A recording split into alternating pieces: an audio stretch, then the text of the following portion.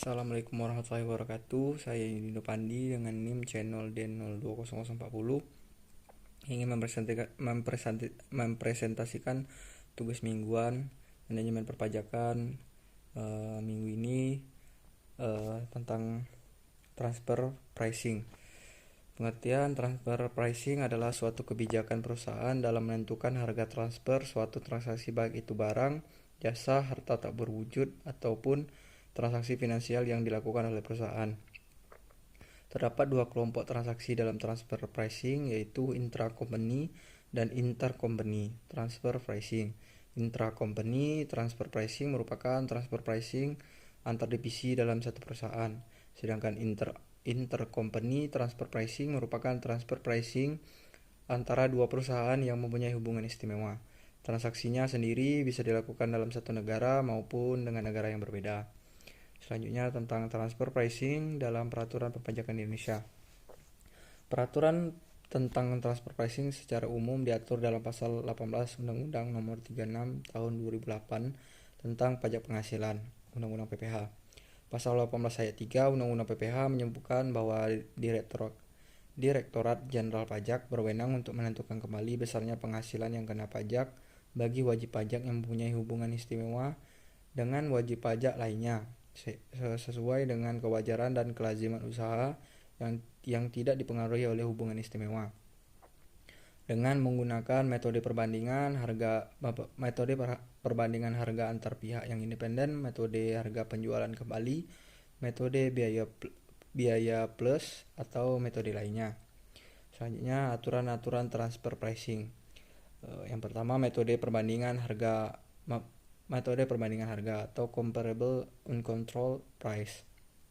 Metode ini membandingkan harga transaksi dari pihak yang ada hubungan istimewa tersebut dengan harga transaksi barang sejenis dengan pihak yang tidak mempunyai hubungan istimewa, baik itu internal CUP maupun eksternal CUP. Metode ini sebenarnya merupakan metode yang paling akurat, tetapi yang sering terjadi permasalahan adalah mencari barang yang benar-benar sejenis. Yang kedua, metode harga penjualan kembali atau resale price method. Metode ini digunakan dalam hal wajib pajak bergerak dalam bidang usaha perdagangan, di mana produk yang telah dibeli dari pihak yang mempunyai hubungan istimewa dijual kembali atau resale kepada pihak lainnya yang tidak mempunyai hubungan istimewa. Harga yang terjadi pada penjualan kembali tersebut dikurangi dengan laba kotor wajar sehingga diperoleh harga beli wajar dari pihak yang mempunyai hubungan istimewa. Yang selanjutnya, rekomendasi mitigasi risiko aturan perpajakan di Indonesia sudah cukup komprehensif mengatur tentang praktik-praktik transfer pricing dan bagaimana perlakuan perpajakannya. Walaupun begitu, di lapangan masih banyak terjadi praktik-praktik abuse of transfer pricing yang sangat merugikan bagi penerimaan pajak. Hal ini terutama disebabkan karena masih sangat kurangnya sumber daya manusia di lingkungan DJP yang mengerti tentang transfer pricing. Padahal jumlah perusahaan multinasional yang beraktivitas di Indonesia semakin banyak dengan adanya globalisasi, semakin terbukanya perekonomian dunia, serta menariknya pasar Indonesia di mata investor dunia. Kesimpulan transfer pricing adalah prinsip self-assessment yang dianut oleh sistem perpajakan Indonesia memungkinkan wajib pajak untuk memperhitungkan, membayar, dan melaporkan pajaknya sendiri. Hal ini berarti wajib pajaklah yang pertama kali menentukan jumlah pajak yang mereka setor kepada negara.